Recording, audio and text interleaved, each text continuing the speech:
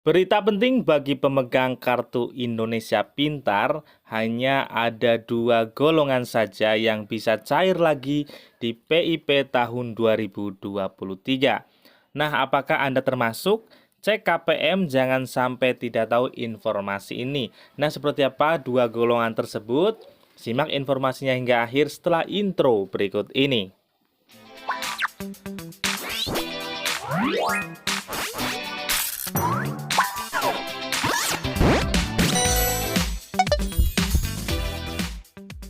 Halo, assalamualaikum warahmatullahi wabarakatuh. Salam damai untuk kita semua dan salam damai untuk masyarakat Indonesia.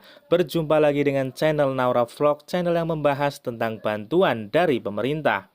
Nah, di video kali ini teman-teman kita akan kembali memberikan informasi yang penting khususnya bagi pemegang Kartu Indonesia Pintar, karena hanya ada dua golongan saja yang bisa cair lagi bantuan PIP-nya di tahun 2023 ini.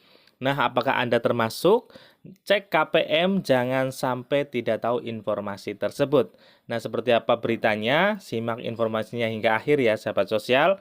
Namun sebelum kita ke informasi selengkapnya, bagi kalian yang baru bergabung atau melihat channel ini, mohon dukungannya untuk subscribe, like, komen, dan share, dan nyalakan notifikasi loncengnya agar kalian tidak ketinggalan berita dari channel Naura Vlog.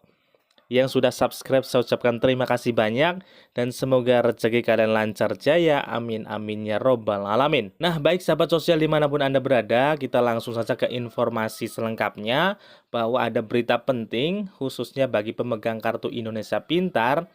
Hanya ada dua golongan saja yang bisa cair lagi di PIP tahun 2023. Nah, apakah kalian termasuk di dalamnya? KPM, jangan sampai tidak tahu informasi ini, sahabat sosial.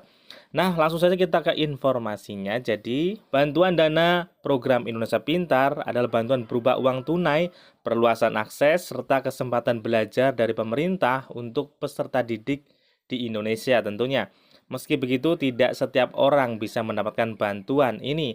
PIP hanya ditujukan bagi peserta didik yang berusia 6 tahun sampai dengan 21 tahun saja.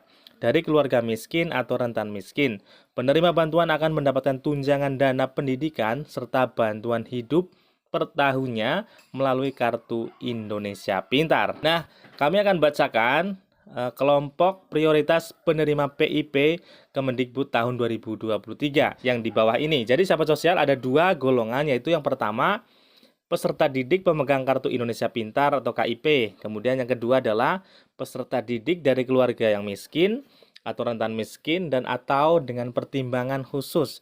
Nah, pertimbangan khususnya adalah sebagai berikut. Poin A, peserta didik yang berstatus yatim dan atau piatu termasuk yang berada di panti sosial atau panti asuhan. Kemudian poin B, peserta didik yang baru kembali bersekolah akibat putus sekolah atau drop out. Kemudian poin C, peserta didik yang terkena dampak bencana alam. Kemudian poin D, peserta didik korban musibah di daerah konflik. Kemudian poin E, peserta didik berkebutuhan khusus atau disabilitas. Kemudian poin F, peserta didik yang orang tua atau walinya sedang berstatus narapidana di lembaga pemasyarakatan. Kemudian poin G, peserta didik yang berstatus sebagai tersangka atau narapidana di rumah tahanan atau lembaga pemasyarakatan. Nah, itulah sahabat sosial dua golongan yang tadi sudah saya sebutkan yang bisa menerima bantuan program Indonesia Pintar. Kemudian, cara lihat daftar penerima PIP Kemdikbud tahun 2023 adalah kalian buka laman pip.kemdikbud.go.id. Kemudian yang kedua, pada kotak pencarian penerima PIP Kemdikbud, isikan data NISN, tanggal lahir, dan nama ibu kandung. Kemudian kalian klik tombol cari.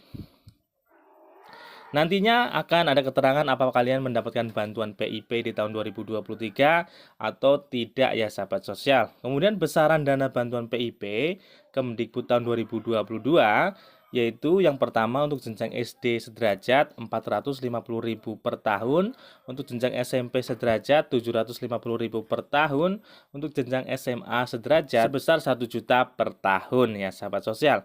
Nah, manfaatnya ketika kita mendapatkan bantuan program Indonesia Pintar ini, yaitu bisa digunakan untuk yang pertama membeli buku dan alat tulis, yang kedua membeli seragam dan perlengkapan sekolah, kemudian yang ketiga transportasi dari rumah ke sekolah, kemudian yang keempat uang saku peserta didik, kemudian yang kelima biaya kursus bagi peserta didik pendidikan formal, kemudian yang keenam adalah biaya praktek tambahan dan biaya magang.